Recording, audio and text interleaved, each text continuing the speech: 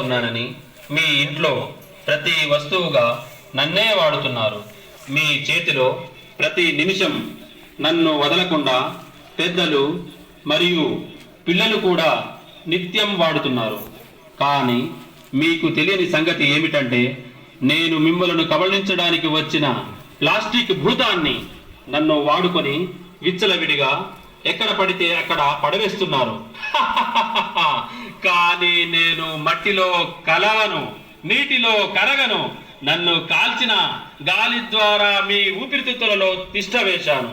వేడి వేడి ఆహార పదార్థాలు, అన్నం, కూరలు, సాంబారు, టీ, కాఫీ ప్లాస్టిక్ కవర్లలో తీసుకువెళ్ళి ఆహారంతో పాటు నన్ను కూడా తింటున్నారు. ప్లాస్టిక్ కవర్ల ద్వారా మీ పంట పొలాలలో వ్యాపించి ఉన్నాను. అక్కడ